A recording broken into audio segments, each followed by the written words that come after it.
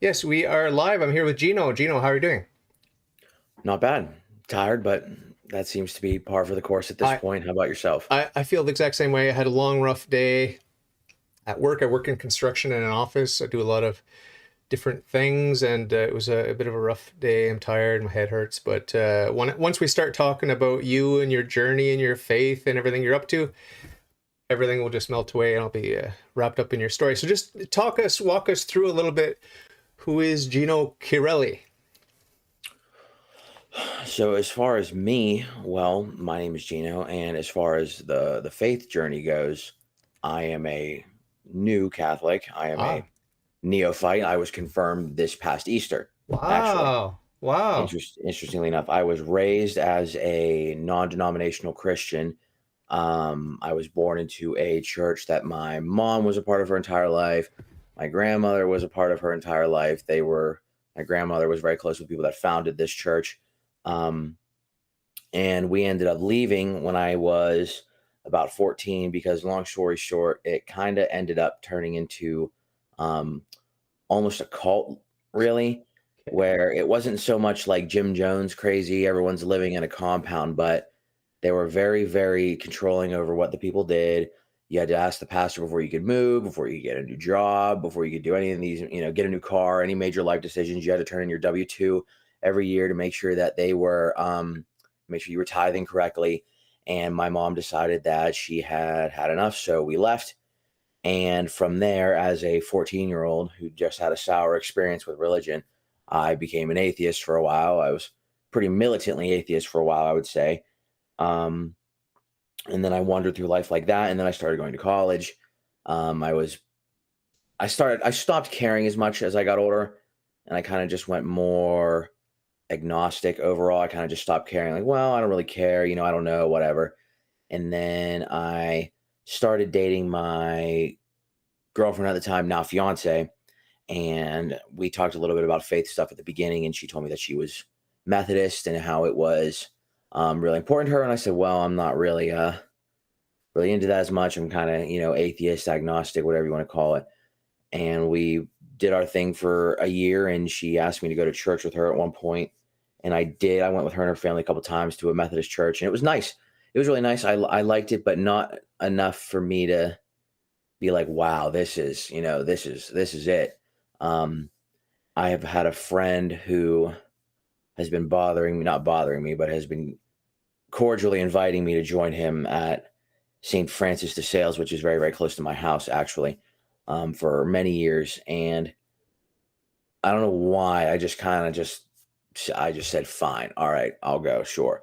I'm super Italian. I'm like 75% Italian. My dad was 100% Italian. He was Catholic, but he converted from my mom. But that was real. I didn't really know very much about it. I know my first church, the non-denominational church, they talked pretty poorly about Catholics. The Great Harlot, the founder called it a lot.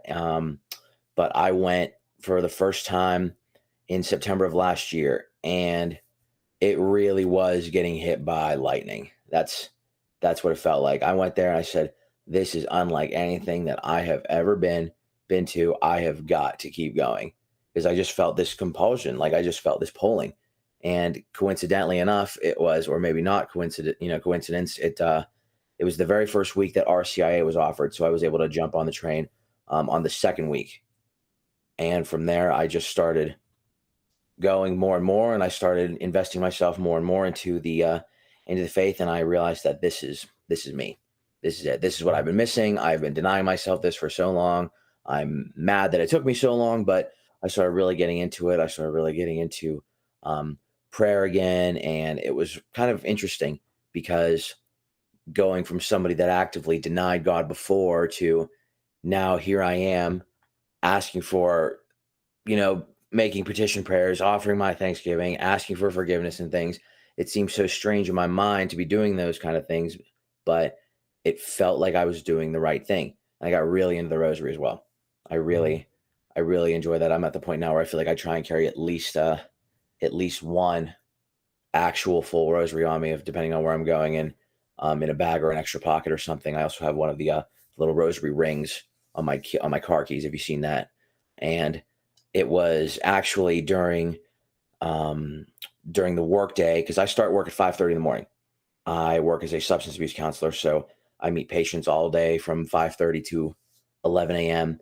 and some of them are reliable, some of them are not. I had one patient specifically cancel at the end of November, and I remember I was going to do the rosary instead of doing notes, just um, and I was getting ready to do the rosary, and I had this thought that kind of stuck into my head more so than many of the other thoughts I've had before. It was basically I was felt like I was being told that I needed to run for office, and I've always kind of liked politics.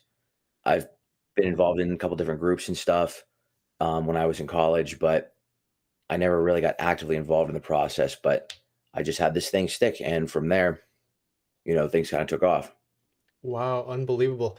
So talk a little bit, if you would, about the friends and family and their reaction, because it's always interesting to hear how the friends and family react if they're not already Catholic.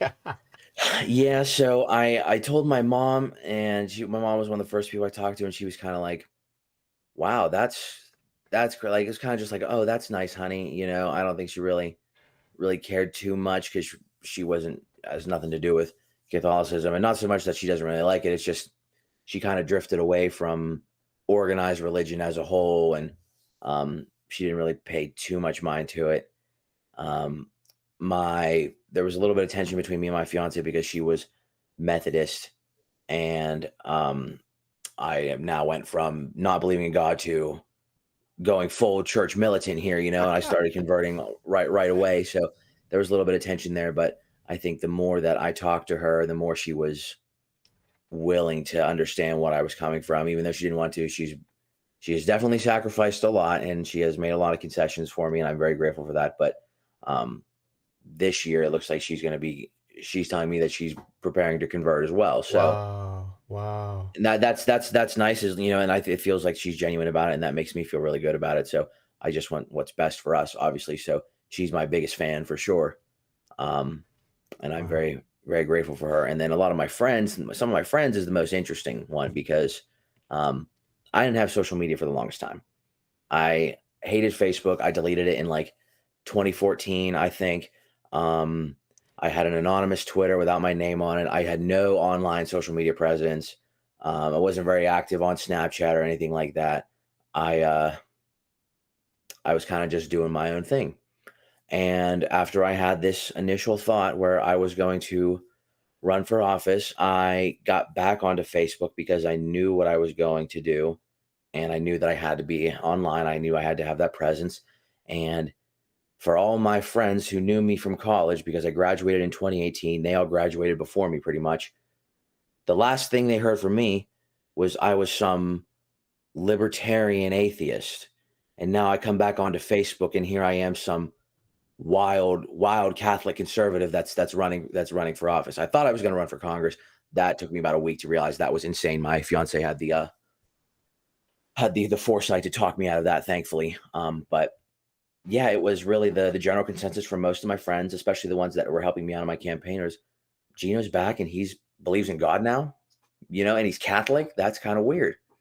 But I reconnected with some of my friends who are Catholic, and it turns out there's more of my friends that were Catholic than I thought. So that's Yeah, that's yeah, nice yeah, yeah. I nice to remember have when that. I converted, I just discovered like, I had gay friends, and my friends were all lefties, right? So it was like these gay friends are like, yeah, I was raised Catholic. I consider myself a Catholic. I'm like, what? Really?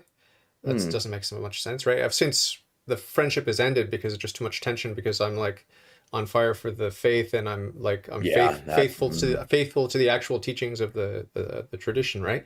And so Mhm. that didn't work out too well. Like I tried to remain close to these people, but they're just their version of Catholicism is so watered down. It's hard to really make that friendship work, right? And here in Montreal, Quebec, Canada, I don't know if you know, but that's where I'm from. It's very, very, very, very, very left. It's like the leftist of the left. Canada's left enough, and then you go to Quebec, it's just that much more. And you go to Mhm. Montreal, and it's just that much more. So it's just ridiculous.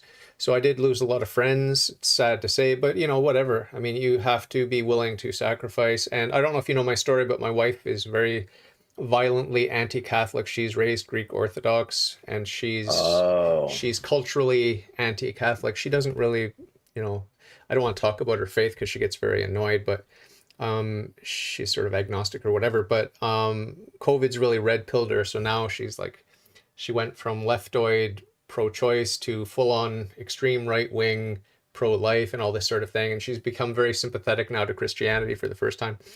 But it's Mm. been, we've been married 26 years, and it's been like, I don't know, since 2009. So what, 13 years I've been Catholic now, and it's been just on the edge of divorce the whole time until COVID hit. And then when COVID hit, it's like kind of like, okay, she sees it now. She can see there's good and evil. It's a real spiritual battle. She can see it, and it's just obvious, she knows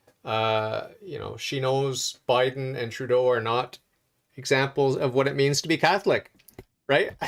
Yes. Is Trudeau Catholic, quote unquote? Yeah, quote unquote, yeah. Wow, didn't even know that. Interesting. I knew Biden pretends to be, but Pelosi, that's very. And too. I noticed that I was slowly drifting to the right overall because when I got to college, I was oh man, Bernie Sanders is great. Yeah. This is awesome. And I sort of half paid attention to him, and then I I read Trump's book, Crippled America, on a plane ride home because my mom lives in California and I was coming back home to go back to school at WVU. And I read this book thinking, oh, this guy's funny. He's a meme. I loved him on Celebrity Apprentice. This will be hilarious. And I was raised as Republican. I was raised conservative. And I'm flipping through these pages and I'm reading this book. And I just think, wow, I am lying to myself. I am a total fool. I'm nuts for even considering people like Bernie Sanders. I'm Republican. I'm conservative. I'm not going to pretend that I'm not. So I got off that plane a very different person than when I got on. And then from there, I think I've slowly been drifting right. And then COVID was the big push. But it felt kind of aimless because I didn't have the spiritual frame. And once I got to that point, now it's like, well, now I see the whole picture here. Now I understand. My eyes are very, very open to the good versus evil. It's so much more than just left versus right, whatever. It's much, much deeper than that. And now that I see it, I can't see it any other way. You know, in a way, I feel like it's ruined a lot of things for me. It's hard to enjoy a lot of the same stuff anymore. There's definitely friends that don't enjoy your opinions anymore once you decide to commit fully to the conservative argument, the Christian, especially Catholic argument. But, you know, I don't think I could see it any other way at this point. I'm certainly not going to test the church the way that many of the Catholics do. You know, I've had a lot of conversation with a lot of priests because now, you know, I'm a recent convert. So I'm super zealous about a lot of this.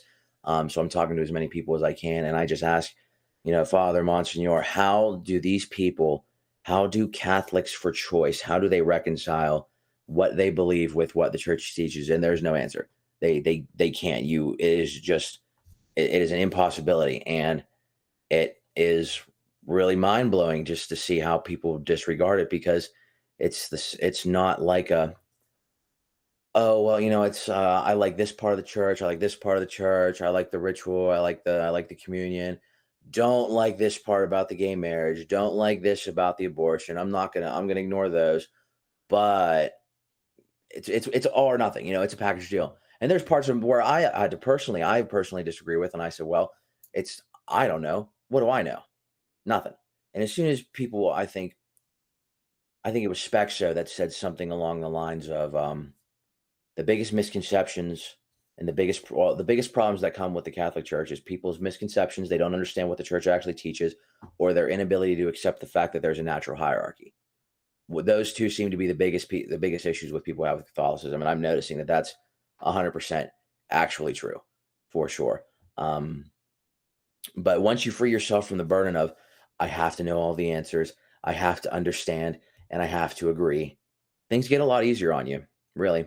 Well, for me, you know, I was atheist 25 years in my adult life, and when I found God and then became a Catholic, it was a whirlwind process, just like you. It just happened so quickly because you're getting flooded with graces, right? When that door opens, it's just like infused knowledge. You know this, you accept that. It's like things you wouldn't have accepted before. It's just like, yeah, that makes sense. Okay, next. And you've got an encyclopedia of Catholic knowledge and wisdom, and you've got all this stuff, right? Not to brag or boast. It's not from us, like what St. Paul says, what I have that I haven't received. It's just received. Okay, but we become a channel, we become an instrument of God's grace, and faith is supernatural. It's not natural. It's a gift of grace. It's a supernatural thing.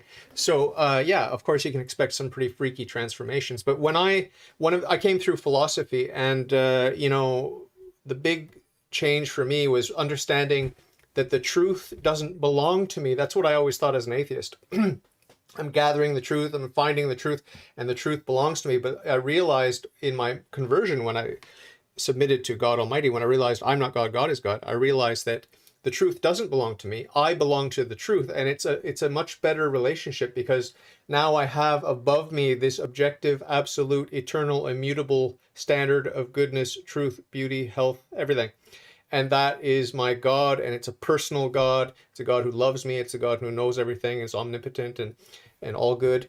And it's like I'm just like a cute little creature, and my job is to be like a child. My job is not to be a sophisticated adult where I'm gathering as much knowledge and facts and education and these sorts of things. No, my job is to love my master. And I often think in terms of a pet. Like, I'm a cute little pet dog. I want to be a cute little white poodle, because that's the kind of dog I like. And I want to be obedient, and I want to just, when he says walk, walk, when he says sit, sit.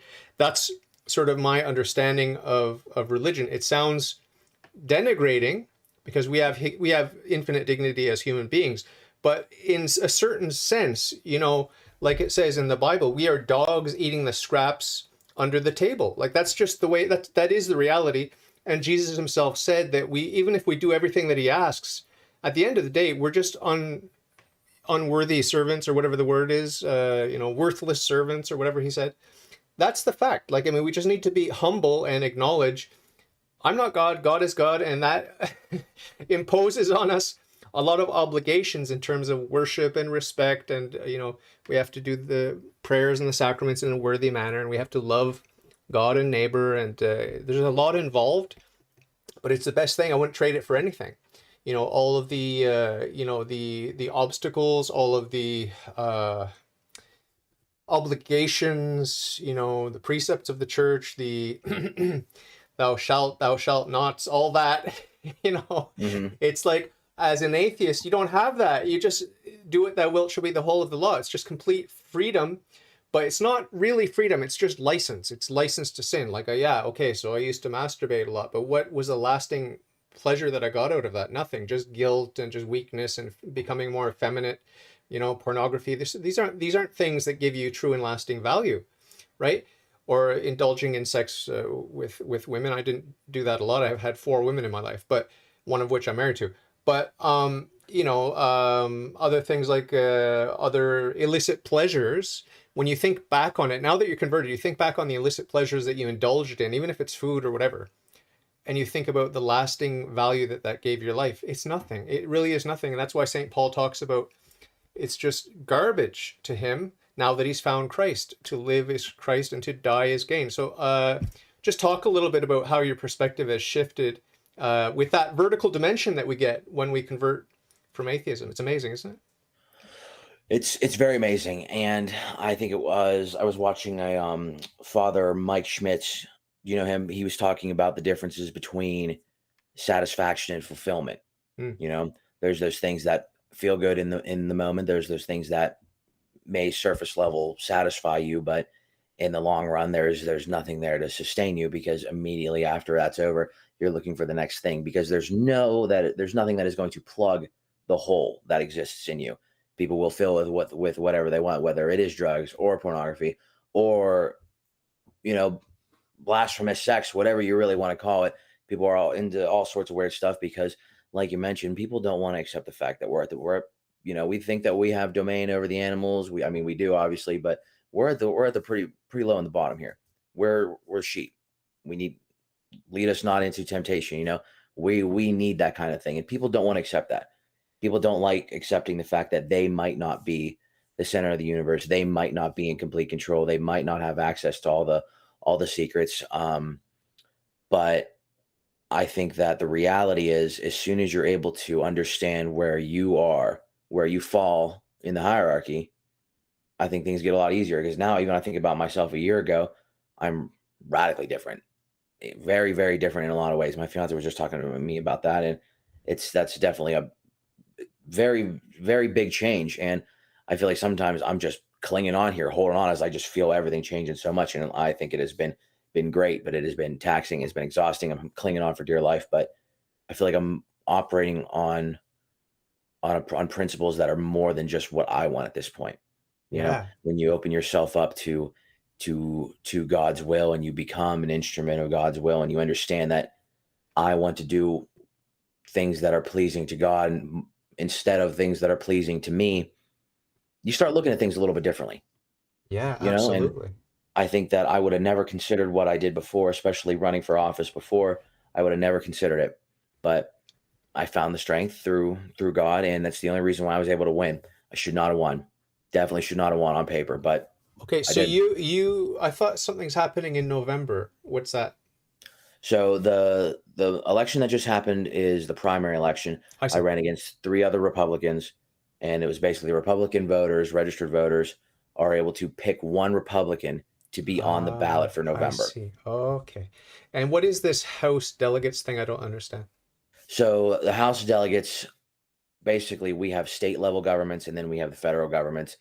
Congress, the big names, people like AOC and Crenshaw, that's the federal level government. That's the Okay. Hollywood stuff. Every state has local governments as well that operate pretty similarly with the two houses, the bicameral legislature. I'm running for a state level government Oh, position in West Virginia. okay, very cool. I want to say hi to my friend Lena, who's in the chat. Lena says, "Have you ever considered that people can accept having flaws and limitations and not jump to any religious conclusions? Maybe being unsatisfied in life is natural when life is simply unsatisfying." So, give your response to that. Lena's an atheist, by the way, was raised Christian. Hmm. Well, I would say that there were a lot of points in my life prior to this where I found that I was unsatisfied. And that is where a lot of those shallow surface level indulgences come in. Um, Life is what you make of it. It, and I mean that's pretty cliche, that's pretty corny, but it really is when you find your purpose, something changes. Because I was sort of aimlessly wandering before, and as soon as I as soon as I clicked, as soon as something happened, as soon as something in me opened up and I started accepting God acting in my life, I found a very, very new and very strong sense of drive where I knew that, okay, this is what I'm supposed to be doing. And there are a lot of variables, there are a lot of unfortunate circumstances that happen.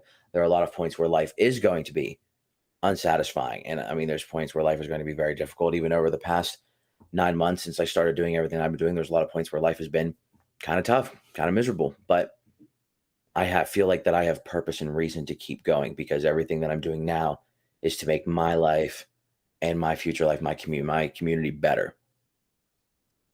I would say I would like to add an analogy which I've always emphasized on my podcast over the past 6 years, which is that relationship with God is like a romantic relationship. And we can use that analogy. We can also use the parent-child analogy, but I like the romantic analogy because if you meet your romantic partner, it changes everything. Like, I mean, I met my wife, I saw her, I kind of knew there's something special about this one. And 2 years later, I saw her for the second time because I'd only laid eyes on her once, and I thought there's something about this woman. And then 2 years later, she spoke to me in the same place. It was at university. Okay. And it changed my entire life. We got married within 3 months. We've been married for 26 years. There's something that you cannot explain. It's not natural, it's supernatural. Even in a romantic relationship, I'm sure my guest Geno could tell you similar stories about the coincidences or what we call providence of getting together with your life partner, and we'll talk about that, Gino. But I want to emphasize the magic of love. The magic of love is something you have to experience. Parents often tell their adolescent children, "You'll know when you know. You'll know when you know. Don't worry about falling in love. It's going to happen. Life will take its course, and then that magic will happen, and you'll know." There's so many stories of people that have been married for 50 years, and they tell the story with tears in their eyes. He said, "That's the woman I'm going to marry." And he just laid eyes on her. He said, "That's the one I'm going to marry." You've heard this time and time again, and there's a reason for it. It's because life is a magical, supernatural adventure. That's what it is. Don't you agree, Gino? Yeah, life is definitely supernatural, and now that I look at all the things that have happened to me over the course of the years, during the times when if you would ask me, I would have cursed God's name if I had the opportunity to. I realized that every single thing, all the events and the little tiny things even that happened that caused my life to take a different directional turn was all for a purpose, and it all put me on the path that ended me up to where I was. And I denied as much as I possibly could. Um, this is, believe me, this is coming from somebody that was militantly atheist. And as soon as I even gave God a chance and I cracked the door, he ripped it right off the hinges. And I couldn't deny him. I could not deny anymore. And if it's tough now, and I understand why people have a tough time explaining their convictions and everything, because I cannot explain how God has made me feel. I can't make anybody feel that. You know, And I the fact had that I felt it convinces me enough. I had my friends and my wife's friends when she was courting me, because that's basically what happened. She aggressively courted me, and I was just resisting and running away, and I gave in at the end. But my friends and her friends were both saying the same thing: "You're not meant for each other. It's too weird. It's just not a good match. It's never going to last." At my wedding, my best man's girlfriend said, as I shook hands with her after and hugged her after the marriage ceremony, she said, "This is not going to last." Imagine that. She said, "This marriage is not going to last." This is my best man's girlfriend at my Wow. wedding, congratulating me and telling me, by the way, the marriage isn't going to last. So there's something supernatural that happened there. And why am I talking about the naysayers? Why am I talking about that? I'm talking about that for a reason. It makes sense with the analogy with God. Okay. Oh yeah. Oh yeah. Yeah. Yeah. It's because there are lots of people. Let me tell you this. There's a commitment phobia thing, specifically with guys that get cold feet. They leave the woman at the altar. There is a fear of commitment. There is a fear like, well, I don't know if this might fail, or I might get rejected, or maybe there are more fish in the sea, or maybe she's not the one, whatever. Sadly, half of marriages end in divorce. So there's that aspect, but there's also the part where a lot of marriages just don't happen because the guy has cold feet or has commitment phobia, or the woman might have commitment phobia. So what I'm saying is, I thank God that I had the courage or the foolishness, whatever way you want to look at it, to dive into this relationship with this strange woman when everyone was saying the same thing. It ain't gonna work, buddy. It ain't gonna work. And I'm sure with religion, someone like Lena, surrounded by atheists, and everyone's saying the same thing. That it's just like, it doesn't make sense. Religion doesn't make sense. God doesn't make sense. How can there be a good God when children have cancer? And on and on and on and on and on. But when it comes right down to it, in your heart of heart, in your quiet moments alone, you summon the courage to say, you know what? I recognize the truth. I love the truth. And I'm going to take that leap of faith. I'm going to dive right into the truth. Right, Gino? Yeah, I think as soon as you become aware of the truth, it's hard to look back. And I can't rationalize anything that's happened in my life, especially over the last 2 years, without looking at God's influence. And I mean, it really is just something that you have to accept. And once you move past the incessant human need to understand and rationalize and put it in terms that you can get, um, it's like the what is it? The analogy of trying to explain how a TV works to a bird. As far as we're the birds and TV is the universe for us, we'll never understand it. We'll never understand it, despite how hard that we push. Science has made such a great, valiant attempt to undermine God, and I think it's only gone further and further into proving that God is real. I think the guy that led the Human Genome Project, that sequenced all the DNA, went in as an atheist and came out as a believer because he said there is just no way. There's just no way something Crick or like that can Watson or happen. one of those people? Oh, no. Okay, you're talking about the human genome. Yeah, the guy that mapped Oh. all of the protein sequences. Hmm. There's like millions and millions and millions of little protein blocks. Just an incredible undertaking. It took a really long time, but basically the way that they figured out DNA was coded, this guy comes out of that as a believer and says, "I cannot believe that this just came from nothing." Hmm. Um, I mean, I'd love to address all of Lena's concerns in the chat, but I'm just going to kind of let Lena express those thoughts and move on to other topics. But because I do want to talk a little bit, it's out of character for me, but since COVID, I've been starting to talk a little bit more about politics. I want to give a little background for me. Hated politics my whole life, never trusted a politician. But Smart. When Trump came along, I thought, okay, there's something special here. He doesn't seem like a politician, okay? And the people got excited. The people of America and of the world, I don't know if you've seen those videos of people all over the world supporting Trump back in the heyday when Trump was on top. Mm, There's that populist movement which moves me because, hey, guess what? I like the little guy, the regular guy, the working guy, and guy and gal, you know what I mean? And that populism, I love it. So I was disappointed the way Trump went downhill pretty fast at the end. He didn't fight the voter fraud. He didn't, he's pushing the jab and all this sort of thing. hmm. I lost a lot of respect for him, unfortunately. Whatever, I still like him. I think he's a nice guy. Whatever. I think he's kind of like pretending to be pro-life, pretending to be Christian, but that's none of my business. Um, but Nick Fuentes got on my radar then. At the end of Trump's thing, Nick Fuentes got on my radar, and everyone's warning me again. Like I get these people warning me, all my friends, like, oh, no, no, he's racist, he's whatever. And alt-right or whatever, like all these labels. And I'm like, well, I don't know. I like him. I think he's smart. I think he's funny, and I think he's edgy. And I think if you're a snowflake, then probably his sense of humor will crush you, right? If you're a Yeah, snowflake, yeah. right? But I like him. I think he's a wholesome young man, very bright, and I think he is on fire for Christ and his church. So I want to talk about America First, Nick Fuentes, the Groypers. Like I joined Telegram specifically to to belong to Cozy TV and to do super chats and this sort of thing. And I want to talk about the Groypers. I want to talk about that whole scene. That's where I met Spexo. I met Pine Sap there, and I've had them both on my podcast. And so just talk to me about these young men who seem racist and misogynist, but I think it's just a lot of humor involved. There probably are a bunch of losers in there that are just sort of like clinging on to this cult-like group, but there are a lot of wholesome young men who love Jesus Christ and his church. That's my experience. And I don't want to, cast aspersions on those who are not Catholic or maybe lost or maybe naturalists or maybe, neo-pagans or these sorts of things. I met a nice young man in Norway lately who calls himself a Groiper, and he's a neo-pagan. And I love and respect everyone because, as you prove with your story, Gino, you never know. Every sinner has a future and every saint has a past, right? So just talk to me about these young men, how they're excited about the faith, and then tie that in with the right wing of American politics, because it's all very mysterious for me living up here in Canada, where everything is either left, medium left, far left, or extreme left. There is no right. Mm. So I would say that a lot of it comes from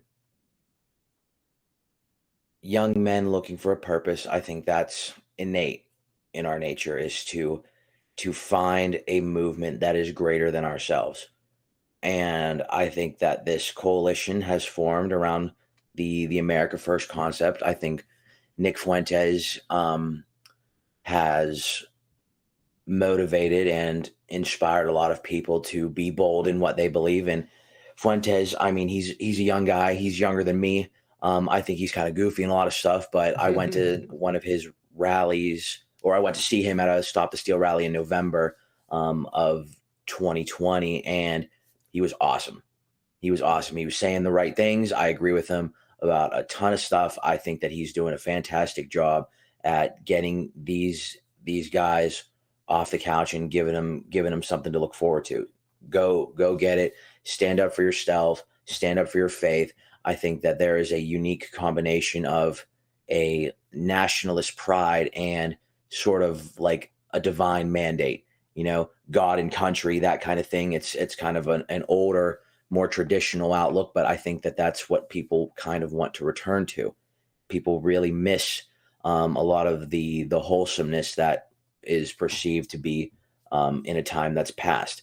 There's a lot of stuff that has been popping up, especially over the last 10 years, where it feels like this our society is in a very steep moral decline.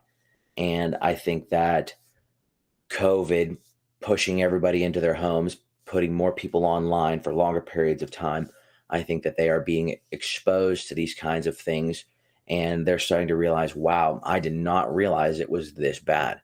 I did not realize that we have let our society get to the point where we are encouraging children to be transgender, where we are advocating for people that will teach toddlers to masturbate. And it's just, these are the kinds of things that sort of break the trance that a lot of people are in, because a lot of it happens so slowly. You don't really realize what's happening. But I remember, I'm old enough to remember life before social media, in very early days of Facebook, before it really took over. Things were not like this. I remember when they were talking about legalizing gay marriage, and the opponents of gay marriage said this is a slippery slope into something much worse. And the opponents of gay marriage, or the opponents of them, said, no, this is totally fine. What two people do in the privacy of their own bedroom is their own business, which generally, I mean, okay, whatever. But the problem is, it didn't stay there. We went from let adults do what they want behind closed doors in their homes, to now the teachers are going to tell your children what gender they are. And if you say anything, we're going to call child services, or we're going to do something worse. We're going to give your kid advice on how to bind their breasts behind your back, and these are the kind of things where people are saying, whoa, whoa, whoa, whoa, what happened? How did it get this bad? So I think that there is a generation of young men that want to fight for what they perceive to be a better tomorrow. And to them, a better tomorrow looks like a society that reveres Christ and doesn't rebuke him at every given opportunity. A society that encourages people to get married, have children, go to work, provide for them, do what you can to live a life that is pleasing to God. And I think a lot of young guys need that. And it seems like at this point, young people are either sort of just shepherded into the leftist ideological camp, or you sort of become this weird right-wing counterculture, where now you're a misogynistic, racist, homophobic, xenophobic pig because you want a wife and kids. So the labels come out big time. I remember when I first got back onto social media and announced some of the things that I was doing, people messaged me, what are you doing? You're embarrassed. This is embarrassing. You're embarrassing yourself. And not everything was all fine before, when you just try to go along just to get along.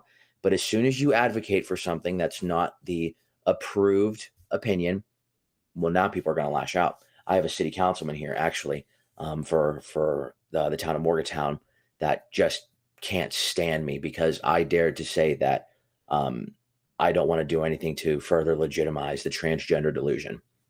And now I have these maniac people just so riled up over the smallest little comment, because their priorities are wrong. Their priorities are wrong. My concerns, at least with our state specifically, this area is hit really bad by drug addiction. That's a big one. And I want to work on getting people off of drugs, get them back to work, and sort of reestablish a cohesive society. And they're concerned with passing gender rights resolutions and making sure everybody has their pronouns in their bio. It's just really freak stuff that, thankfully, here in West Virginia, the average person isn't buying that kind of nonsense. They want someone that's going to say, let's talk about what's wrong with the culture, not, hey, are you performing microaggressions against people? Are you hurting people's feelings? Thank you for sharing that. Who is that huge black guy who does really funny speeches, sort of like conservative, common sense, religious Christian speeches? Is he down in your part of the world? You must know who I'm talking about. He said 1+1 does not equal transgender. He gives some really passionate Oh, speeches. I feel like I've seen that video, and I Big think black that guy. was some sort of preacher. No, no, no. Or He's a politician in the States. He's like, oh, really? yeah, yeah, yeah, yeah. You I should feel like look. I know what you're talking about, but I Yeah, don't yeah. remember specifically who that is. I'll send you the link, and we'll see what you think of him. But he's very passionate about just sort of like conservative Christian values, and he's got a funny delivery because he's got that big black guy persona Hmm. and that southern sort of charm. You know what I mean? So it's like the Wild West down there in the States compared to Canada, right? There's a lot going on here, and it's funny because my mom, who lives in California, she's, I would say, if I had to place her on the spectrum, she's probably center right Okay. somewhere, and so she recognizes a lot of the craziness that goes on in California, and it's so different than here. West Virginia is a lot more rural than a lot of these other states, and Okay. the closest thing that we have to these population centers, we have our small towns. We have Morgantown. There's a place in Parkersburg, and down south there's our capital, Charleston, Huntington, where there's more concentrations of people. There are some of these super leftist ideas that emerge, especially in Morgantown, because we have a West Virginia University, and universities attract that kind of leftist leftist mindset. But as soon as you leave Morgantown, now you're talking to normal people again, and that kind of stuff doesn't sell with normal people. Mhm. No one cares that people are talking about Pride Month. Nobody cares. They're going to work. They want to make sure the road's not going to be full of potholes on the way. They don't care that, some guy wants to put on a dress and go use the women's bathroom. That's not what their priorities are. If anything, they're tired of hearing people talk about it so much. These parents don't want their kids going to school, going in the bathroom and worrying about some dude with a beard and a tutu, taking a pee standing up next to him. Yeah, I don't know what it was on Telegram. I saw someone posted. I didn't have time to watch it yet, but it was someone sort of doing an interview of some tribesmen in Africa, it looked like, or something like that. Some traditional, I think that like, was Matt Walsh. I think he just did okay. a big documentary for Daily Wire about what is a woman. Yeah. I kind of wanted to watch that because already know it's going to happen. I know it's going to be so painful Is to he sit one of there. the good guys or? It seems like Matt Walsh, of all the people from the Daily Wire, I don't love all the Daily Wire people, but Matt Walsh and Michael Knowles seem like, for the most part, they know what they're talking about. Okay. Matt Walsh is really good. They're both strong Catholics, and they know Oh, that this oh. stuff is just delusionally insane. There was a really good documentary that Michael Knowles was just featured on, um, a mass. I think it's a Mass of the Ages, Mass for the Ages. I've been hearing about that on Telegram. I have no idea what it is, but It's something about what they feel like the church lost after Vatican II by uh switching to the Novus Ordo Mass as opposed to uh Latin Mass. And uh I watched it. It was very enlightening. Enlightening. I liked it a lot. I went to a Latin Mass before that just to see what it was like. I didn't like it, hmm. but now that I watched this documentary, I'm going to go back with a new mindset just to experience it because I want to see what the appeal was, considering for 500 years that we had pretty much had the same mass, but as soon as we switch it, things start kind of going awry. Yeah, yeah, yeah. Well, I have a great admiration and respect for Spexo, Pine Sap, and those guys because they're on fire for the faith. They're young converts, and they are ostensibly right wing or whatever, but they're not rad trads. They're not sedevacantists, and they're not Mhm. pining for the good old days in the church. They love and respect Pope Francis and Vatican II, and I'm right there with them. So we have the best of both worlds. We have the tradition, we have Mary, we have the saints, we have reverence and holiness and virtue. Those are the things we value, and the traditions of the traditional teachings and doctrines and dogmas of the church, and love and respect for the Holy Father, whoever he is, warts and all, and reverence for the sacred council, the Vatican II Council. It's a very, very, very, very beautiful council, and a lot of work went into revising the Mass. And I'm Novus Ordo. I do attend FSSP, which is a Latin Mass, very rarely. Mainly just in case of emergency, I go there. Like during COVID, I wasn't allowed to go to Mass because I'm not vaccinated, and so I had to go to the You FSSP can't go to because mass if you're not vaccinated in Canada. in Quebec, they locked us out, and Wow. it's ridiculous. Quebec is really ridiculous. It's one of the worst places on earth, in terms of the COVID restrictions, right? So the FSSP helped me out. There was sort of like clandestine catacombs, secret Eucharist that I got to partake in, and Good. did my That's confession awesome. and stuff like that. So it's very romantic, to be part of something like that. Read about in the history of the church, but here I'm actually living it. Like, It's interesting to think that, and I think that because I am so zealous right now, I'm getting into this, and I'm glad I sort of fell into the side of fierce fighters that understand that, because I was only ever exposed to prior to this, as I became more right wing, but before I converted, oh, liberal Pope Francis is saying this, liberal Pope Right. Francis is saying that. He's doing this. As soon as you actually look into it, he's offering his opinion on some things that are that, and that's just what he's doing. It's the Holy Spirit will protect the church. It's survived for 2,000 years. It will continue to survive. One a pope there, because popes have been much worse than him. I think that the church is going to be fine surviving a pope that might be a little bit softer on issues than many people would prefer. Yeah, but he's called the transgender agenda demonic and stuff like that. He's Right, pretty so it's like vocal. it's not really he's that far off, I mean, there's certain things about immigration that he's probably set off a lot of people about, Yeah. and some climate change stuff. The vaccine stuff is probably some of the farthest, and I'd go as far as say that I disagree with some of that personally, but that's okay because I'm not gonna run to the SSPX. I'm not gonna, Mm, put myself into schism here good. because I don't like a couple things that he says. I gotta remember Good. this is the hierarchy. Yeah. That's the spiritual successor of Peter here. We're just gonna the church will continue. Things will go on. Yeah. Yeah. And God is not stupid. God, Yeah, the people forget that. God, I pray for the Pope every day, and the prayer says that God chose Pope Francis, right? This is as the church prays, so she believes. And my prayer says that God chose Pope Francis. So I believe Mm. that God is not stupid and God chose Pope Francis for a reason. Now, was it to punish us? I don't know. I don't think so. I don't think so. But some people have suggested that. Some of the rad trad people I've talked to have suggested that, like, oh, he's our holy father, but it's like if you have a biological father who's an asshole, he's a drunkard, and he's not a good dad, but he's our dad. Like, I wouldn't, I don't really respect that opinion. That's just like trash talking our holy father. It's like, what really is the most legitimate grievance you could bring against him? I would say number one, he seems to believe in evolution. That's like a no-no for me. And number two, the COVID, pushing the jab. I think evolution is demonic. Do you buy into theistic evolution or what? Well, I mean, a lot of this stuff, and I've had a lot of people bring up about, oh, so do you really think the Earth is this? Do you really think that evolution is that? Do you think that it really was just Adam and Eve? And I mean, I have no reason not to believe that. And honestly, I don't care.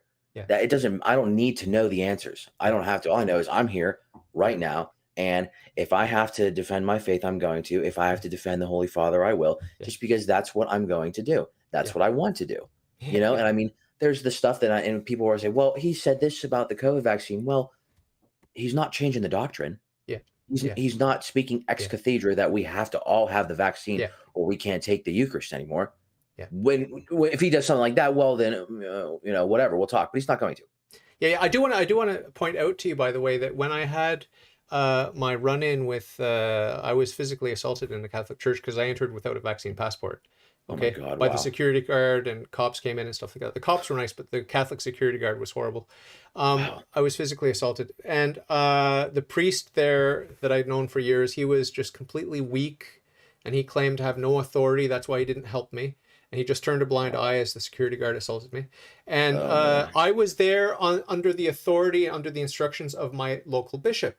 I phoned the bishop months before, and I said, "Look, I'm never going to get vaccinated for COVID. It's not going to happen. Am I going to be denied access to church to pray, to avail myself of the sacraments, and so on and so forth?" And the bishop assured me, "No, it's never going to happen. You're a Catholic, you have access to the church, right? During normal operating hours, whatever, right? Under normal conditions. You're Right. not going to be turned away based on your vax status." Then I got turned away.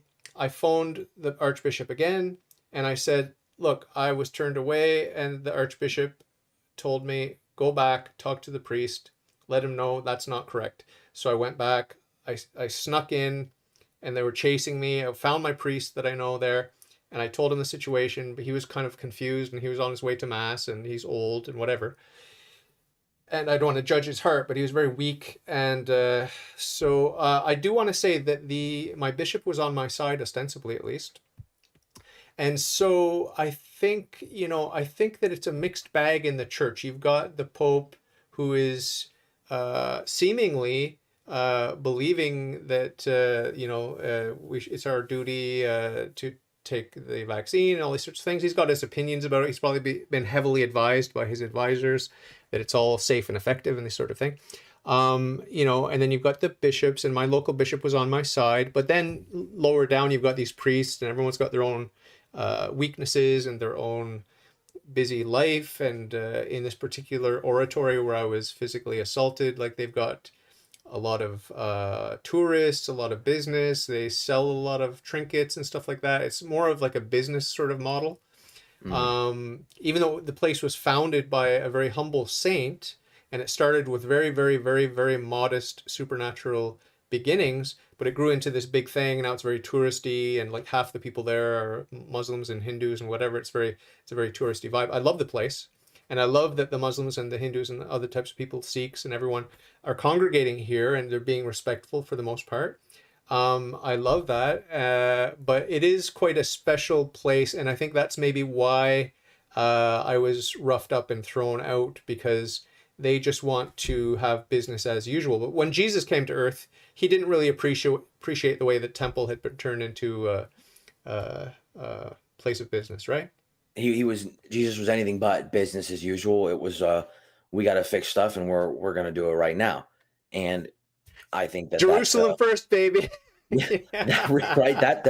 That model is, I think that idea is um something that I think a lot of people, that like, we the people need to understand and reflect. That we see these issues, and we see the way that um Jesus presented himself, and the way that Jesus acted and performed these miracles and made himself known in front of people. And I think that the opponents of God will, they'll do anything they possibly can to, the devil knows scripture too, right? They'll do anything they can to twist the words of the Bible against you. These people that have nothing but contempt for Christ and would spit in his face if he walked on the earth in front of him, they will try and twist the words to get you to do whatever they want, because they don't care.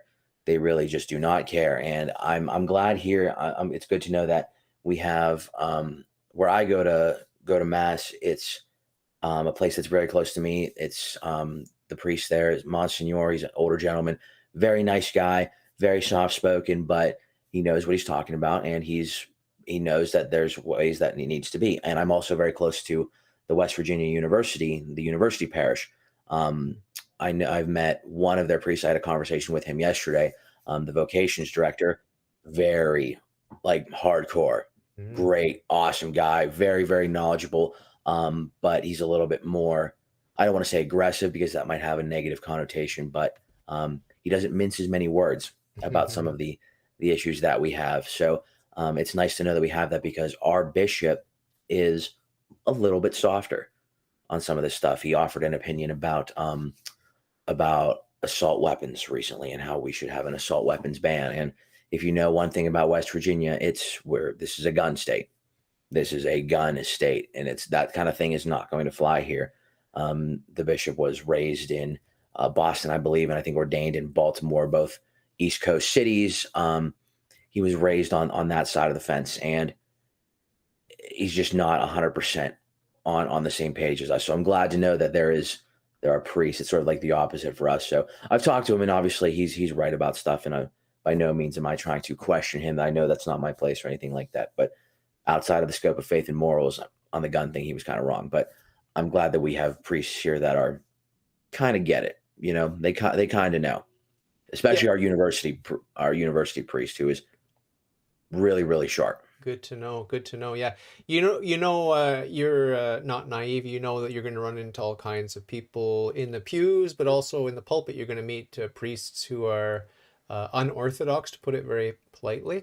And Hmm. you're just going to have to be prepared to expect the unexpected when it comes to people in the hierarchy. I think you're not naive about that, but just be prepared, always in the back of your mind, like this is how I came into the church, like with a full awareness, because I've been an anti-Catholic myself, so I knew about the corruption, I knew about the, sex, money, all the different things that ostensible Catholics can fall prey to. I mean, we're only human after all, and I knew about the Right. bad popes, I knew about everything. So it's something where it's very sad when you meet a bad priest, but it does happen. It happens a lot here in Canada.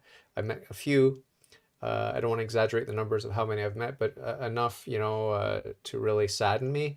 And you just have to wonder, like you asked your priest, like, how could this be? How can you be Catholic and just be confused or pick and choose or be a cafeteria Catholic, especially if you're a priest? I mean, a lot of the saints talk about the majority of Catholic priests burning in hell because of the grace that goes along with it and the responsibility that goes along with that. It's not a job. It's not like, hey, I'm going to be a doctor. Oh, I'm going to be a lawyer. Oh, I'm going to be a priest. It's not like that.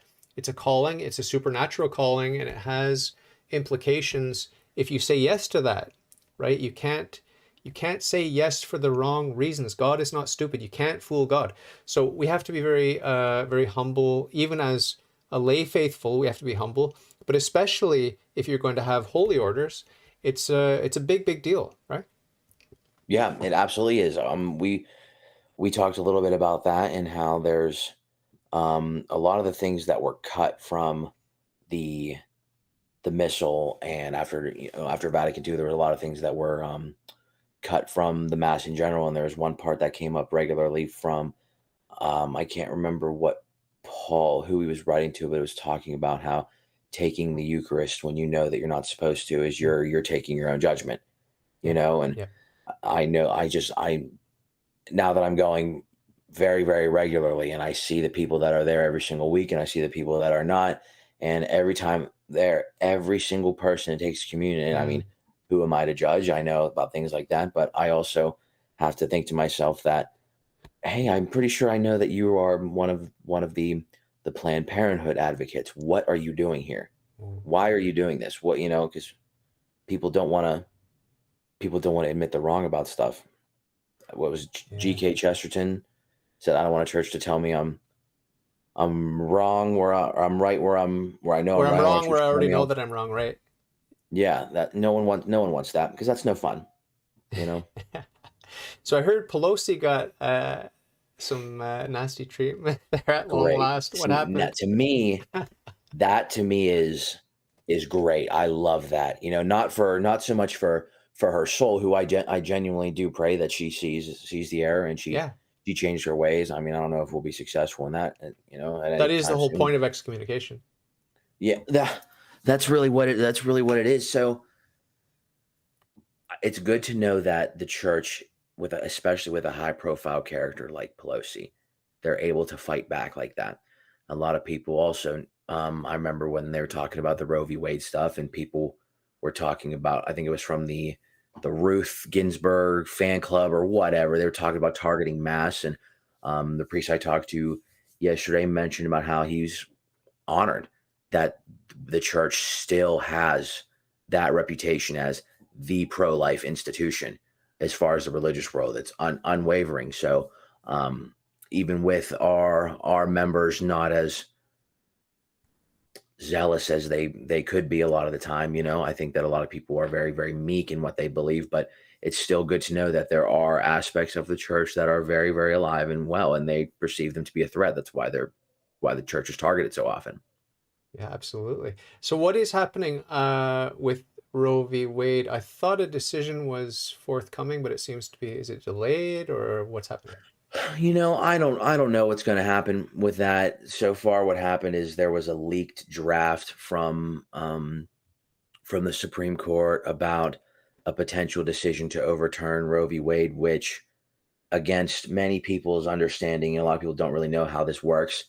They just get really riled up when the TV tells them to. Roe v. Wade, if that is overturned, that doesn't mean that abortion is automatically going to be illegal all of a sudden. It just means that the decisions go back to the states.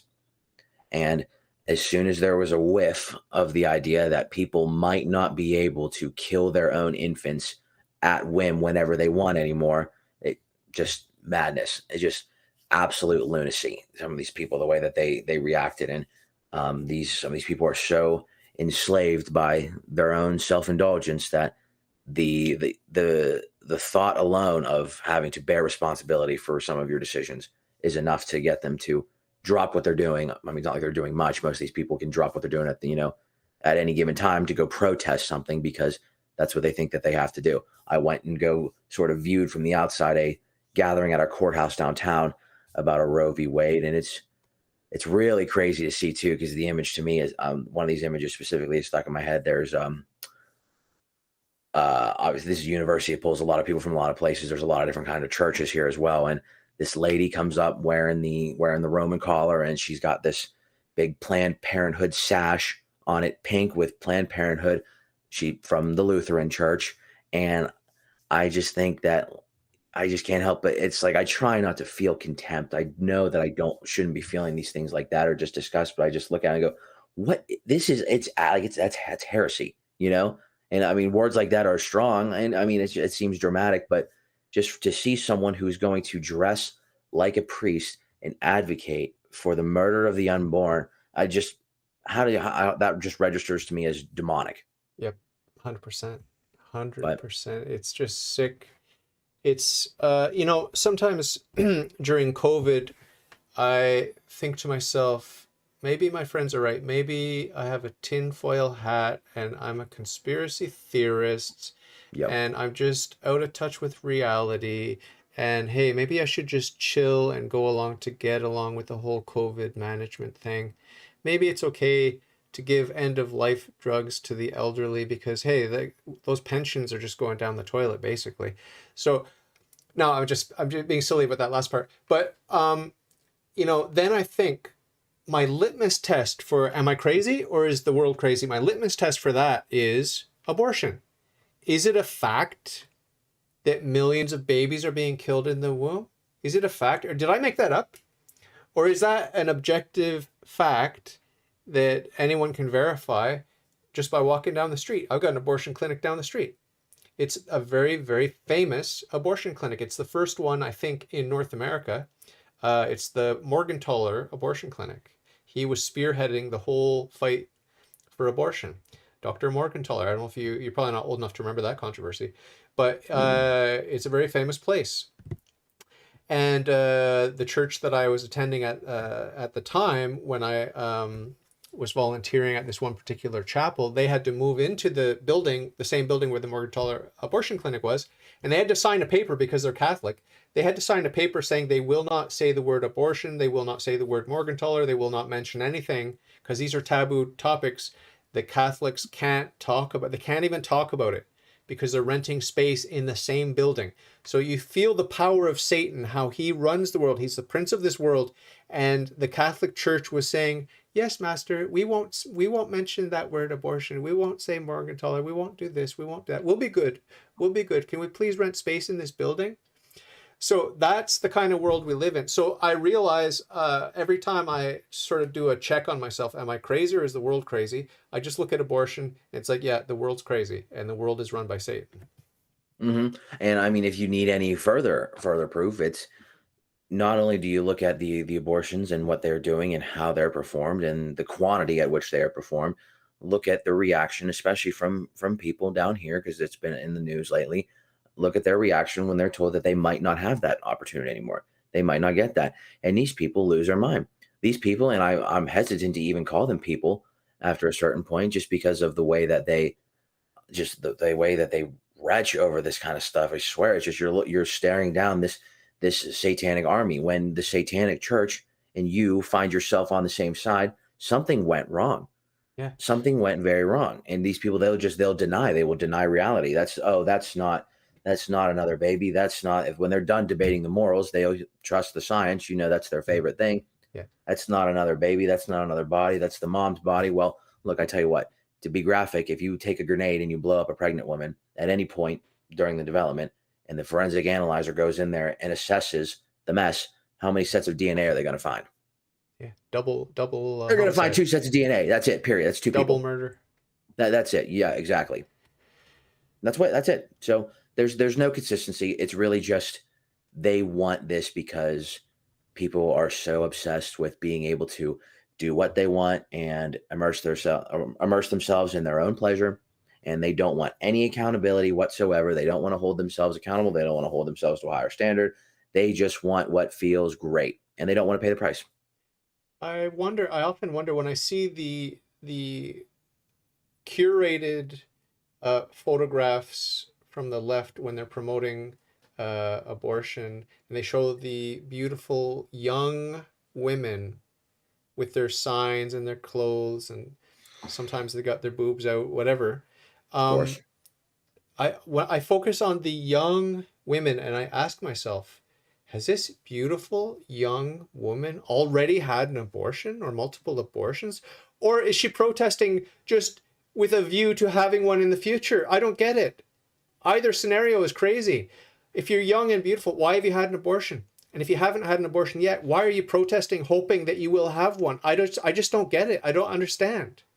They push it beyond that where it's like, oh well, these people that are pro life, they're anti women. You're not anti woman, are you? You Half the know, and that babies are women in the womb.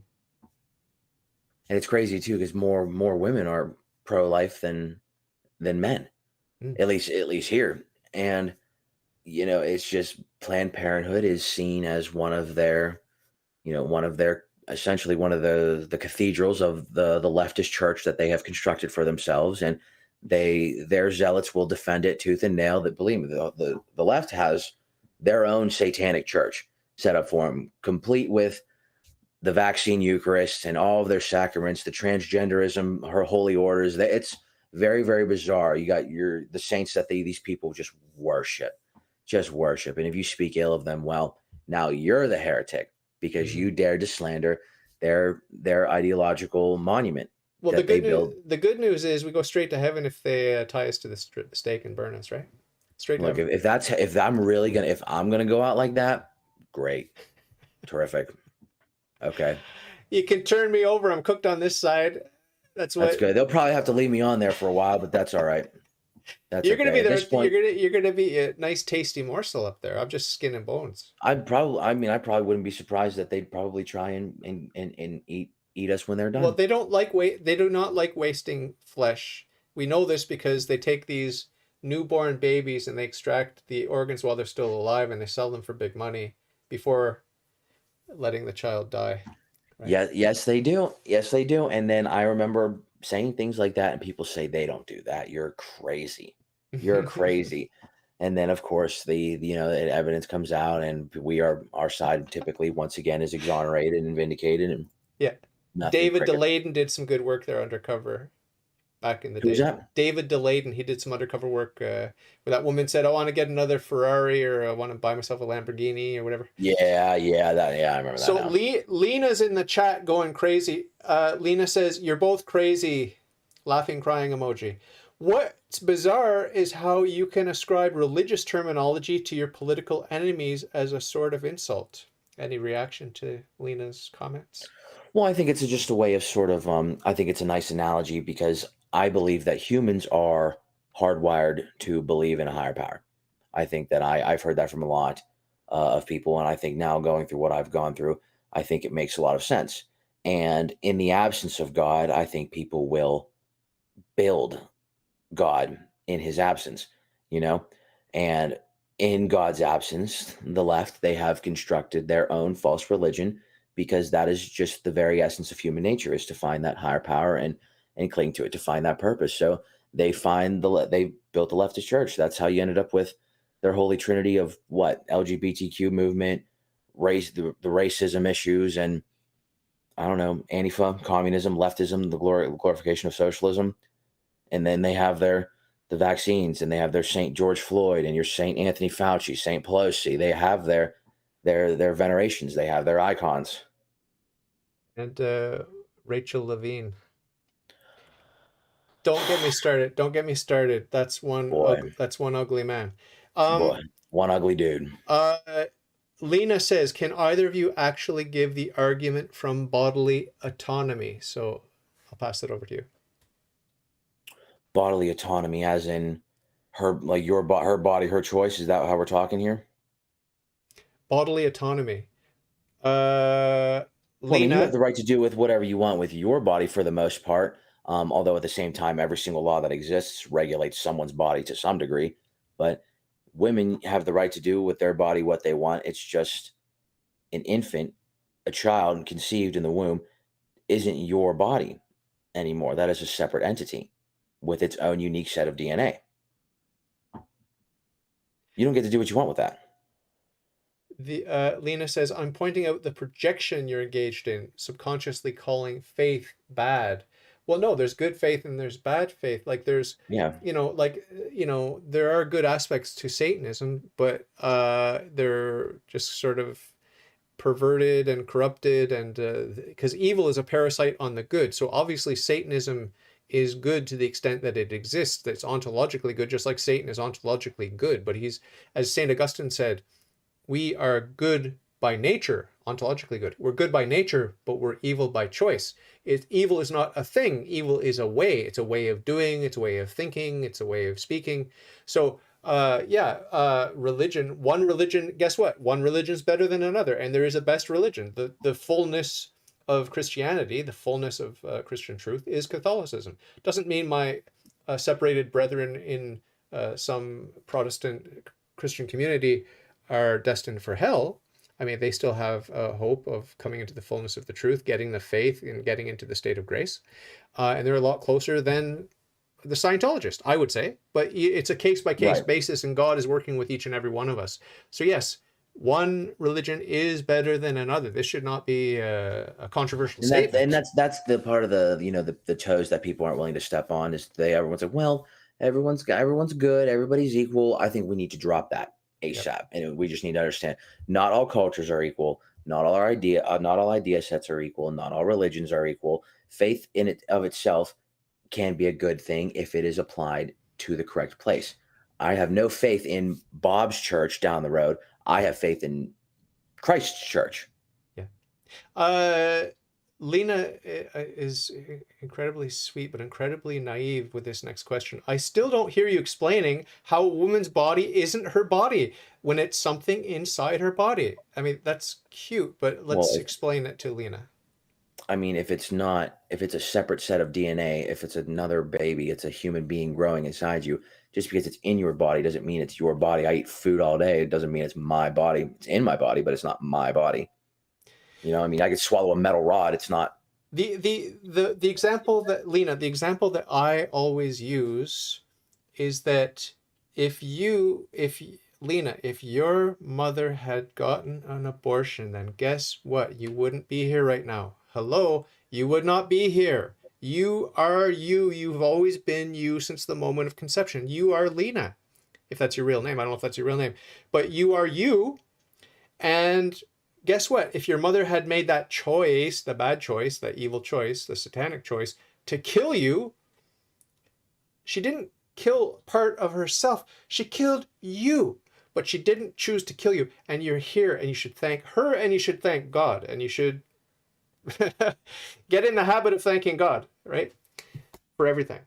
How does the baby's Lena says, how does the baby's DNA differ from the mother's, being different from the mother's have to do with the mother's right to her own body? Your point about my mother is irrelevant. I'll let Geno take this one.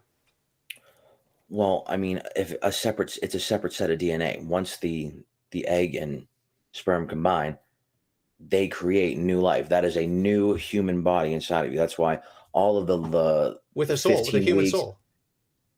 It's a soul. The 15 weeks, the 6 weeks, the heartbeat, all of these lines that people draw are all arbitrary. You can argue for it all. It becomes a new body. At some point, it has to become a new body that is separate than the mom's, and in that moment just happens to be conception. Yeah. But I mean, I don't think it's irrelevant that if your mother had chosen to kill you, then that would have grave consequences for you, not for your mother, but for you. Well, I mean, also, I think your mother loves you, and your mother is glad that she didn't kill you. But I think it's very relevant. It's still, Lena says, it's still inside the woman's body, right? So are you ignoring her rights? No. Well, I mean, I don't have the right to kill anybody. I mean, it's a separate set of DNA. That's really what this comes down to. It is a new human being.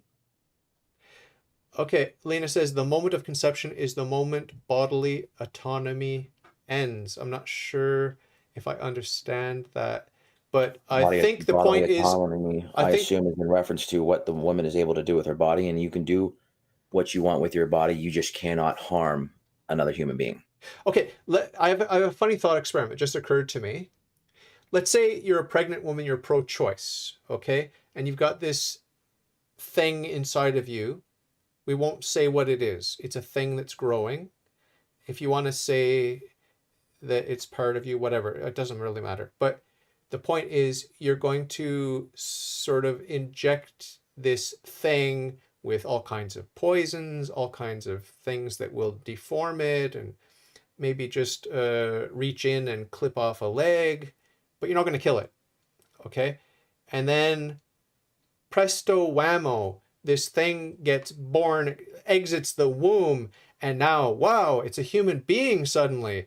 Oh, it's missing a leg. Oh, don't worry, I did that while it wasn't a human. And oh, it's got all kinds of problems. Oh, don't worry, I did that. I injected it with all kinds of rat poison, all kinds of stuff. Small doses, enough not to kill it, but enough to give some weird effects, because it's my body, my choice. And what are you going to do about it, buddy? You can't do anything about it because it wasn't a human then. It was just this thing in my body, right? Right. It's Everyone not. knows that's wrong. Everyone knows that's wrong. Yeah, it's not logically consistent. And my question would be, at what point does it become no longer acceptable, in your opinion, Lena, to terminate a human life? At what point is it no longer acceptable? Lena? That's my big question, because Yeah. there are people that advocate all the way up to birth. Yeah. Lena says, put aside the irrelevancy of whether the baby is its own life. As long as it's inside another being, that being has the right to kill you. Boom. No, that's just satanic. Yeah. That's just demonic, unfortunately. Yeah. We have to. This is what happens if you don't have God. You don't understand the sanctity of life. You don't understand the sanctity of the unborn child's life, and you don't understand the sanctity, unfortunately, of the elderly person's life and the handicapped person's life. This is a sad thing about killing those who are not viable or might not live an optimal, happy life, these sorts of things. But you talk to a nice Catholic family that has a deformed baby, a baby with Down syndrome, a baby with a different disabilities, and that family will always say, we thank God for this child. This child's a blessing. This child brought so much light of God, the love of God, into our home. Go watch some documentaries about Christian families with children who are not optimal. And you will soon be in tears. You will be in tears. You will repent of your pro-choice status, and you will become Christian. That was just a big pro-life victory in West Virginia, in our state, was that the deformities or disabilities, things like Down syndrome, are no longer viable reasons for people to Terminate. elect to have an abortion. And it was literally the last bill passed of the session last year. It was the very last one made. Congratulations. And it's very nice to know that is a thing here. And it's, you're seen when you don't understand or don't respect the sanctity of life. You no longer, now we're picking and choosing who's valuable. You're not going to be valuable. So sorry, we are culling the weak here. You're not going to make the cut. Unfortunately, we're going to have to pass you a death sentence here. Sorry, yeah, Down syndrome, but you got to go. Your parents don't want you. I don't think that doesn't seem right to me. That doesn't seem fair to me. It's the same reason why I can't get behind the rape exception, that the very, very small percentage of abortions that are apparently performed because of rape. And I understand that rape is an awful thing, and we could talk about horrible punishments for the rapist, but I cannot pass a death sentence onto a child who did nothing. Sins of the fathers. We know about that. Yeah. I want to give a shout out to my friend Sid. Sid is a nice young man. He's raised Christian, and he's sort of finding his way and how he's going to shape his Christianity and these sorts of things. A nice young man. I've had him on my podcast a couple of times. So this is a shout out to you, Sid. I want to talk now a little bit about the things you're most excited about in the Catholic journey. We can talk about the dogmas, the theology. We can talk about all kinds of things. We can talk about the saints. We can talk about Mary. We can talk about the hierarchy and the Pope, the living magisterium. I just want you to pick one or two things before we wrap up. One or two things that you're most excited about discovering, or things that you have discovered that you're going to incorporate into your daily walk with God. One idea that comes to mind is indulgences, this idea that we can reduce the temporal punishment due to sin by having the intention to offer it up and reach into that treasury of the infinite merits of Christ and the saints, and to reduce our time in purgatory, if God forbid we end up in purgatory. You could also talk about purgatory, heaven, hell, death, preparation for death, suffering. There's so many things to talk about. What are you most excited about, and what would you like to talk about for the next 5 or 10 minutes before we wrap up? So I'd say the next big, or well, the biggest thing that I would say that I'm excited about is the newest aspect to me of religion in general, especially in relation to Christianity specifically, is understanding what it's like to work on and cultivate a relationship with the Blessed Mother, because that is the biggest thing that pushes away so many between that and the actual presence of Christ in the host. Mary's the biggest thing that freaks Protestants out. They just do not a lot of the time understand it. Why do you worship Mary? I don't understand. But when you actually get it and you sort of realize what Mary's role is as the intercessor, as the queen of all of existence, how she was able to get to that position. She is not divine. She is given her authority and power by God, and we know these kind of things. But there is a different kind of reassurance and comfort that comes from Marian devotions, and you can only find that with the Catholic Church. And I cannot deny the power of the Rosary at this point, considering I feel like I have felt so much that has become of it. And you talk about, you can read the promises and the signal graces that come of it, and obtain all you ask. That's the secret. You can obtain all of you ask. I mean, we know what we're talking about. You're not going to sprout wings anytime soon, but if you really devote yourself to it and you understand what you're going for, and you understand what how the Blessed Mother's, what her role is in your life, if you open yourself up to that. I've opened myself up to that. And one of the biggest things I prayed for was anytime I would hear it in church, the intentions of our held within our hearts, or you get to the point of the Rosary where you're thinking about the things that you would like to think that you can ask for. I prayed for victory. I prayed for winning my election. I should not have won. And I did. I granted, I just didn't sit there and let it happen. I put forth that effort that I felt like I needed to make it happen, but prayed and prayed and prayed and prayed. I can't deny it. The I power think of prayer. that's The one of the power of biggest things. prayer is real. Saint Alphonsus Liguori, among other saints, says, if you want to be saved, pray. And if you don't pray, you cannot be saved. Prayer is very, very, very, very essential. It's absolutely essential. And going to our mother is absolutely essential. You'd be a fool not to go to the mediatrix of all graces. Christ is the head. All the graces come from the head, the God-man Jesus Christ. But they all flow through that neck, which is Mary, into the body, which is the church. So Oh, I like that. why would you deny it? This is straight out of, among others, Saint Louis de Montfort. I highly recommend, if you're into the Rosary, highly recommend you check out Saint Louis de Montfort. And there's a consecration to Our Lady, a consecration to Jesus through Mary, that Saint Louis de Montfort does. There's also another one by Saint Maximilian Kolbe. I'm sure you've heard about these. I'm not sure if Colby, I know. if you're interested in perhaps consecrating yourself to Our Lady.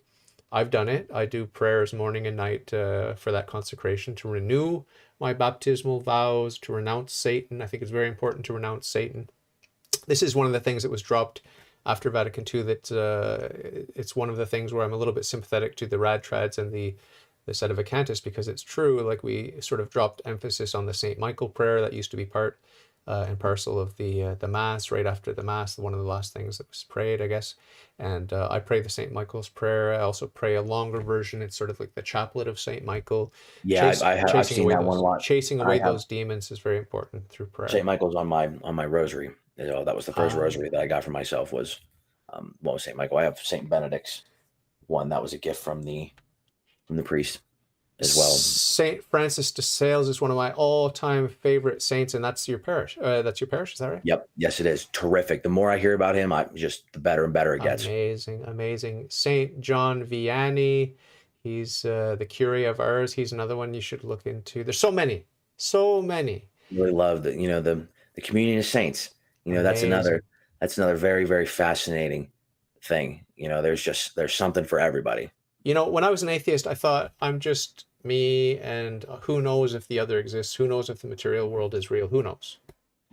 Uh, and when I found God, I thought, okay, what a relief. This is good. Now I've got God and I'm not God. What a relief. And now I can worship God. And of course, I love God and I want to know him. I want to serve him and I want to be with him. But Christianity, when I finally embraced Christianity, it really, really, really was natural and intuitive for me because I'd rejected the Trinity just as being absurd before. But now that I had God, I thought, well, I'm a finite creature. I'm limited in every way, except that my soul will never die, because that's how God made us, that our soul is eternal. But, I'm a finite person. My intellect is limited and all these sorts of things. And God is infinite. God is infinite in every pure perfection. So it really makes sense to have the God man, fully God, fully man. And it also makes sense that the church is divine and human. It also makes sense that we have a full spectrum of saints that are a wide variety of human characteristics, different kinds of beauty, physical beauty, different shapes and sizes, different emphasis on this or that, or a quiet life or an active life. So many Padre Pio. colors, so many things. If you're missing your keys, pray to Saint Christopher. That's a bit of a joke, but you get the idea. There's this Yeah. idea that there's something for everyone, and there's a saint for you, and you're going to be attracted to these saints, and your friend is going to be attracted to those saints. And there's so many different ways, different forms of spirituality, so many different charisms, and what a wealth and what a treasure and what a bridge between little old me and God Almighty. Just think about that. It's like it's so intuitive. It's so intuitive for the atheist who thinks, well, everything's just material, everything's finite, everything can be looked at under a microscope. And when that same atheist, finds God, it's just natural that there's going to be all kinds of stuff in between yourself and God, and there's going to be that bridge, and you're going to have an approachability with Mary, for example, that you might not have with the God-man Jesus Christ. It's like I pray every day. I talk about how I've offended God so much that I don't go directly to Jesus Christ. I go through Mary, right? Just like when you're in a family That's interesting. situation. When you're in a family situation, you're a bad boy and you go to mommy because daddy's angry and mommy smooths things over. That's just the way it is. Right. And there's definitely points where it's when you accept the fact that, it's Lord Jesus Christ, have mercy on me, a sinner. When Yeah, you love realize that. your place, when you know what we are and how we, so much of what we do actually offends God, and we do everything we can to undo that. To think that we can even come close to approaching the the realm, the idea of God, the fact that we even get to ask someone to pray for us is just remarkably refreshing that we have that opportunity. And it's the Fatima story is a really big one, because a lot of things we get caught up in this pop culture Christianity, the big bands and stuff, and you see what the mega churches are doing and the Joel Osteen types, and people forget we're forgetting what's at stake. We are forgetting why that we're doing all this in the first place, and people forget that what we're risking. Hell's real. Yep. Hell is real. I cannot envision at this point not being real. I don't think that I could ever think like I could, how I did prior ever again. I don't think I could. But people really, really live their lives like they're just totally not worried about it. And it doesn't consume my every single thought. Like I'm not living in perpetual fear that the scrupulosity and the overthinking and stuff. But you start acting a lot differently when you try to remain cognizant of your own shortcomings, your own flaws, and your own sins. People people don't like that introspection. People, oh, I could never be a Catholic. We got confession. I got to talk to a priest. I love it.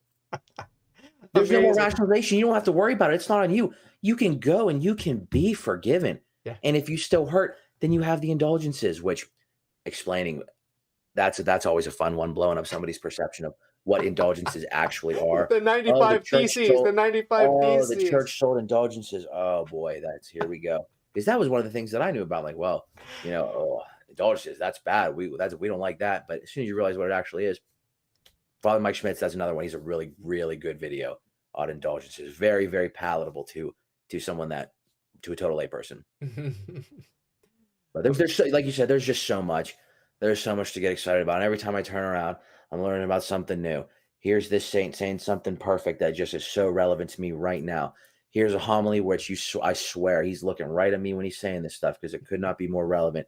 You take away as much of this as you know as you put yourself into it, and it really, really is just there's such a complete feeling that comes from just total submission and opening yourself up to God's will. And I cannot believe, and I'm ashamed that it took me this long, but I'm doing what I can now. And at this point, now people are like, are you going to shut up about this anytime soon? And unfortunately, no. Unfortunately, no, I'm not going to. But Let God. Oh no, what is it? What does Saint Peter and Paul say? Or whatever when they got let out of prison, it's like, you be the judge whether I should. I forget what the quote is. Something like, we can't shut up. We can't not preach the gospel. And I forget what the quote is. I'll have to find it and send it to you. But it's just like, we can't help ourselves. We can't help ourselves. as people talk about the secrets of the universe, this and that, knowledge, whatever, I, here we are. We found it. We found the secrets, and it ain't no secret. It doesn't have to be a secret.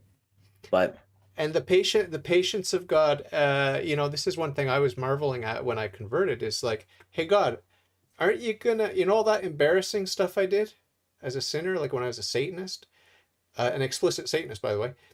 mm, Do you remember all that embarrassing stuff I did in the Catholic graveyard, desecrating the graves and doing all sorts of sick shit?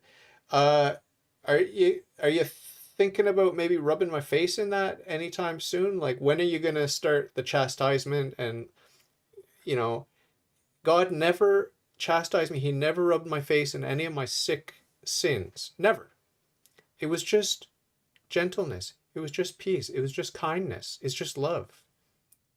And it's just a mm, very familiar, friendly feeling like you're at home. The atheists that are so angry at God and they're so angry at us, they're so angry, they don't know what we're talking about. They don't know the peace, the joy, the love, just the feeling like, hey, I'm home. hmm I'm home. They don't know that feeling. They picture God's a big bully in the sky. He's evil. He's nasty. He's this and he's that. That's why we can't get too angry at the atheists, because their conception of God is completely sick and perverted and twisted. Oh yeah, And I I would not can. worship that Mhm. God. I would. You and I would not worship that stupid, evil, demonic God that they think that we worship. We would not worship that ever. We Right. run from that. And a lot of the problems that people have is it comes from the misconceptions, and the gods of old, the Thors and the Zeuses, they're all dicks. We get that, but this is something entirely different. This is an infinite God that is capable of the most gentle warmth and Mm. this mercy that we are just so undeserving of. But at the same time, you're talking about King of Kings and Lord of Lords. This God is a wrathful God, and there is judgment. Mm. But here's the thing, you can be forgiven. We all can, which is just even me as a new person who is throwing myself into this. I do believe it. I almost can't believe that somebody like me can be forgiven. Yeah. And it's as soon as you just let go of all this stuff, as soon as you let go of the baggage and everything that you've experienced, none of that matters, because if you are sincere in your efforts, we're all screw ups. God knows it. God knows that we're all just a complete mess, completely unworthy of mercy or redemption of any kind. But that's how great He is, because He gives us a shot. Saint Augustine has some pretty funny quotes. One of them is that when God turns away from our evil ways, it's to hide His smile because He finds it funny. Now, this is his opinion. It's not Catholic dogma. It's just a Right. pious opinion about the way that God loves us. He also said something interesting about, because it's like a parent-child relationship, right? So the child thinks, oh no, I made a boo-boo. Daddy's angry with me, but daddy's like turning away and like, oh my God, this is hilarious. You know what I mean?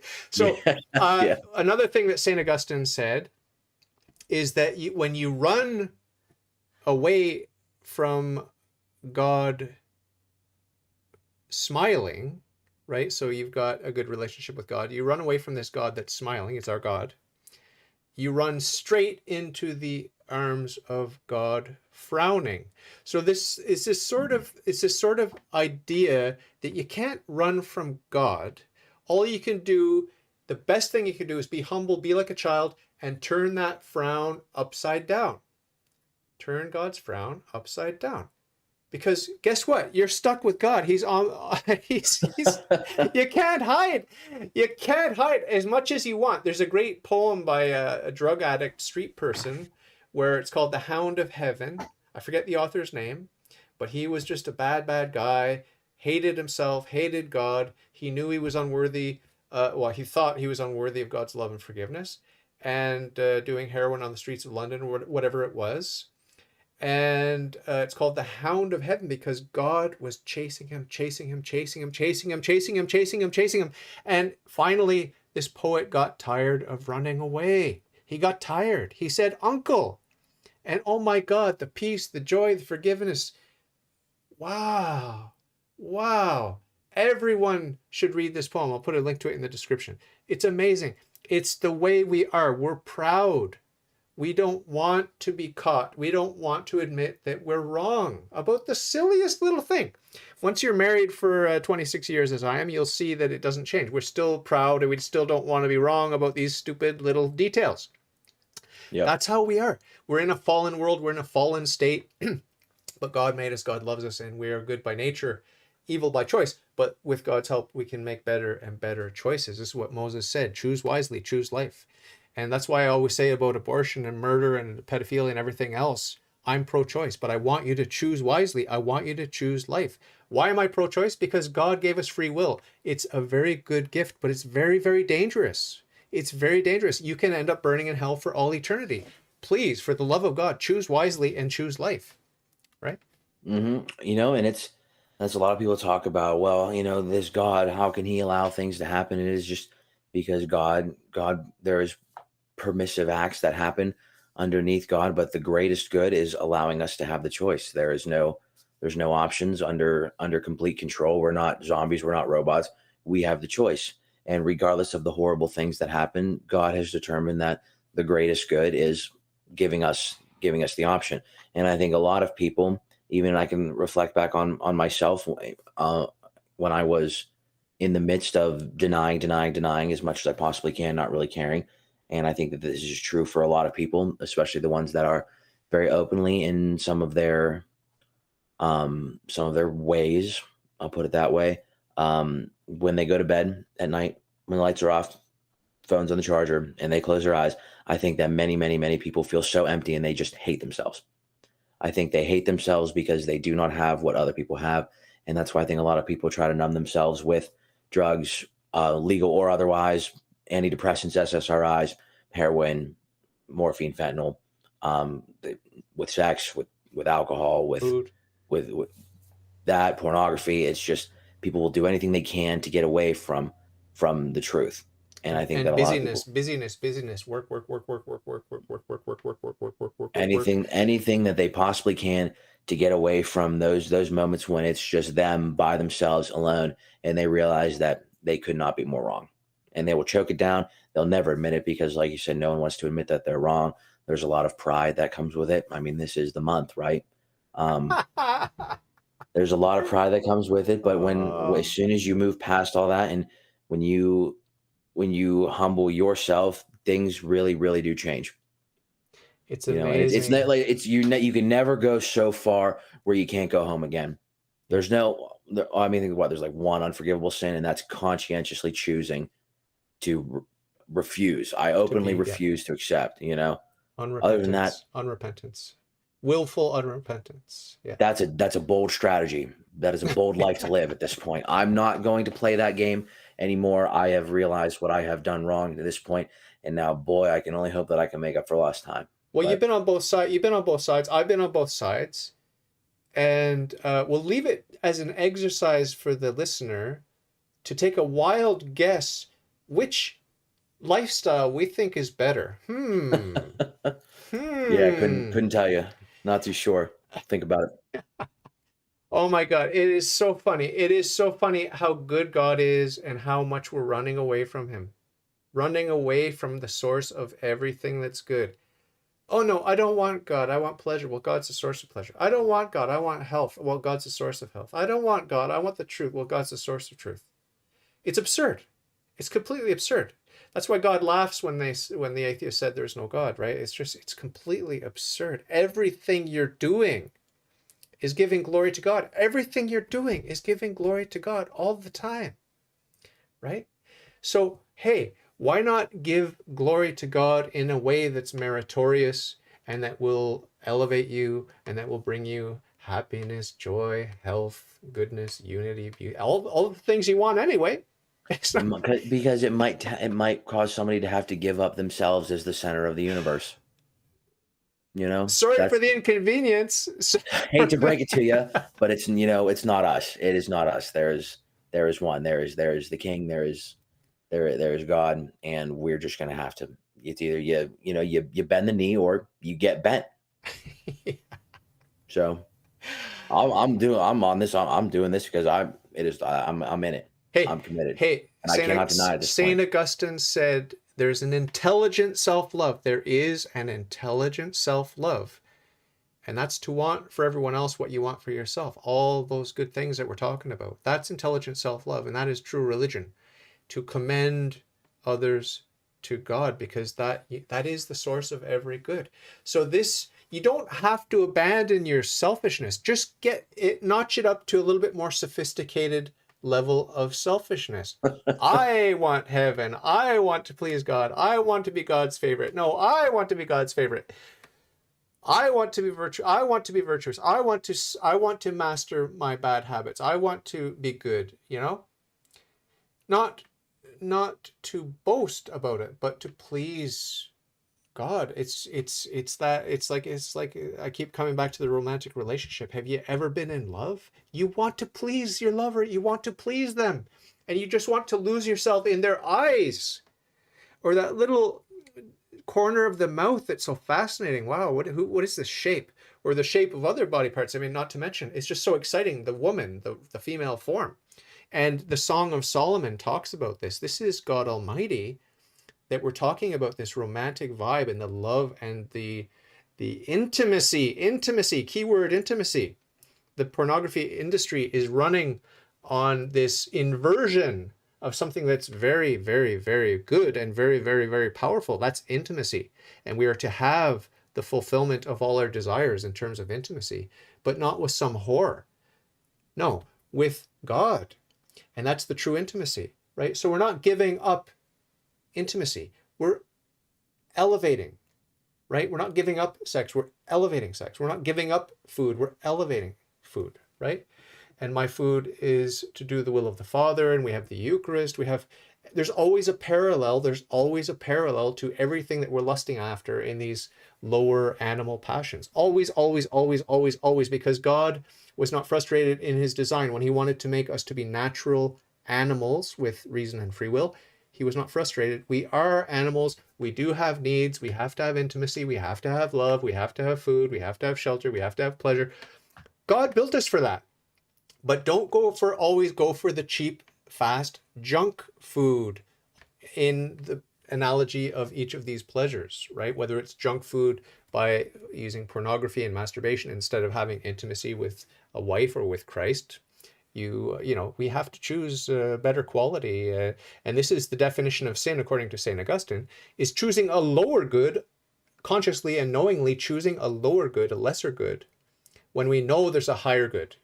That is the very definition of sin, because no one's going to deny that bag of potato chips is ontologically good. It's good. It's just not the best meal. It's not the most well-rounded meal. So you can't live on that. It's okay to snack once in a while, but we need to make good choices. And if you're consciously harming yourself by making bad choices in all these domains of human nature and human life, including sexuality, of course, most importantly sexuality, then the law of karma, cause and effect, you're going to reap what you sow. Sorry to be the bearer of bad news, but it's not too late. It's not too late to change your ways. Never too late. That's the big one. And it is the picking the satisfaction over the fulfillment, the short term versus the long term stuff. And it's just so wildly moving to think about how I so adamantly fought. I went in as much of a skeptic as I possibly could, and it just gets to a point where you just can't deny it. You just can't. Doesn't matter how hard you fight it, you just can't. And continuing to deny it even when you know you can't deny it, that's another dangerous territory that I'm not willing to explore any farther than I already unfortunately have. So at this point, here we are. I'm choosing to do the best that I can to go for fulfillment. That is, and I have found more fulfillment here in God, in His church, than I have anywhere else.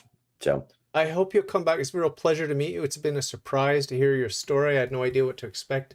I'm very proud of you following the call to public service. It's thanks. a messy, messy world. It's a dirty world. It's an ugly world. It's a world full of demons and their Hmm. minions. They're witting and unwitting minions of demons that will try to harm you, destroy you, maybe not kill you. I don't know. But it's all for the glory of God, and I admire your courage.